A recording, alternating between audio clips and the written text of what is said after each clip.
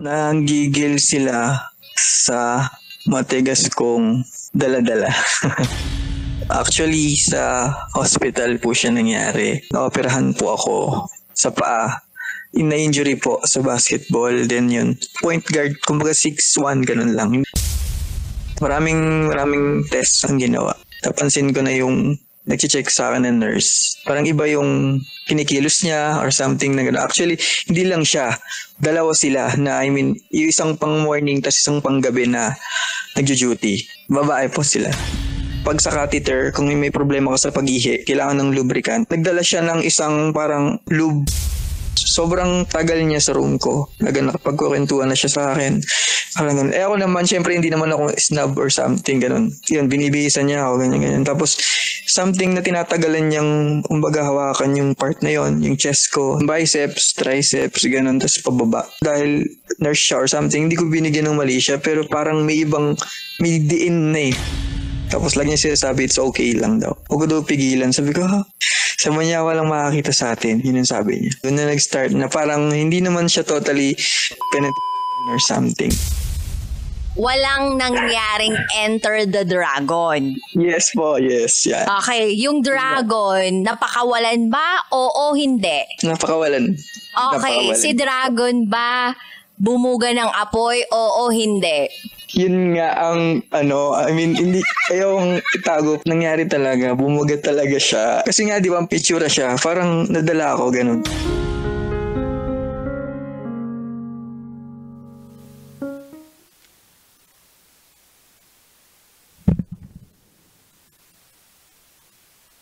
Sino ba kasi ang dragon na yan? Yung dragon mo ba, kabisyo, buhay pa? Bumubuga din ba yan ng apoy? Talaga? Bumubuga ng apoy. Tapos nakakabuo ng panibagong baby dragon. Charot with harot. Oy, kabisyo.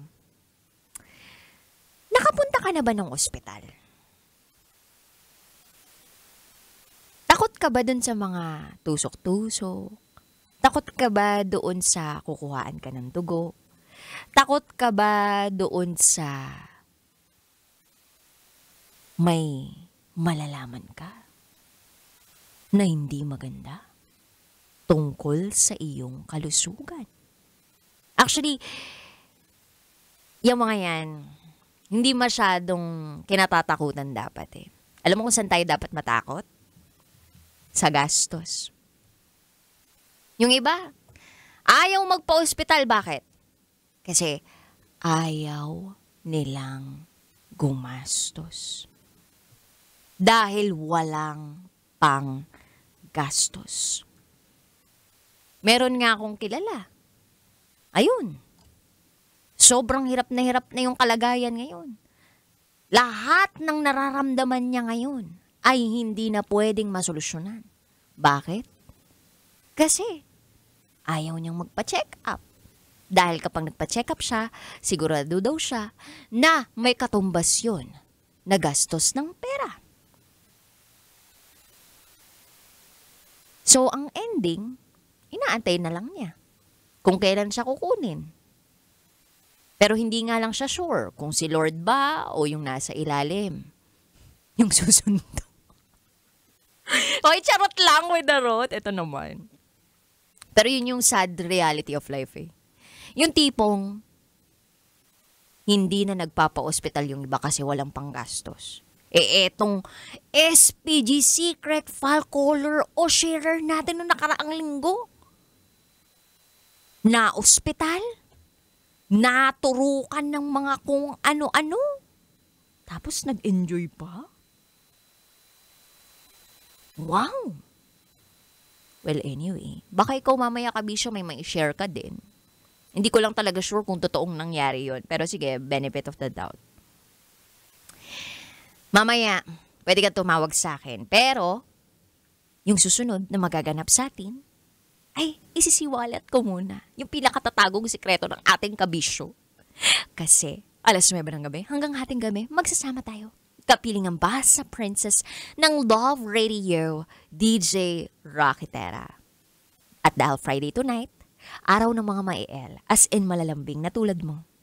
Kaya naman eto na ang patikim ng SPG, as in Super Pagganern Secret File.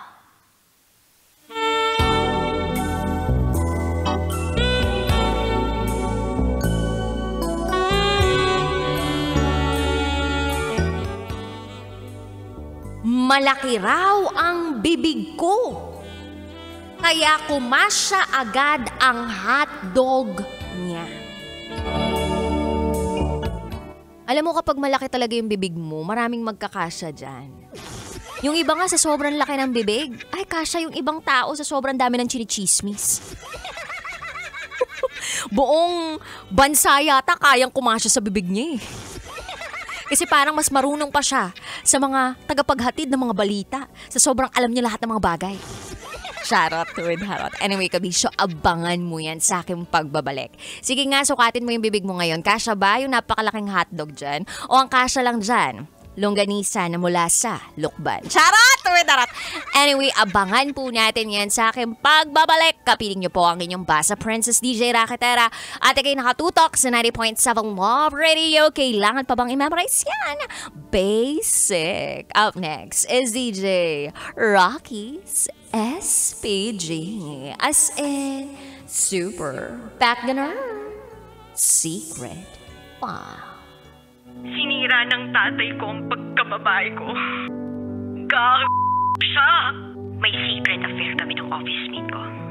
Hindi ko matigilan kasi sobrang galing niya sa...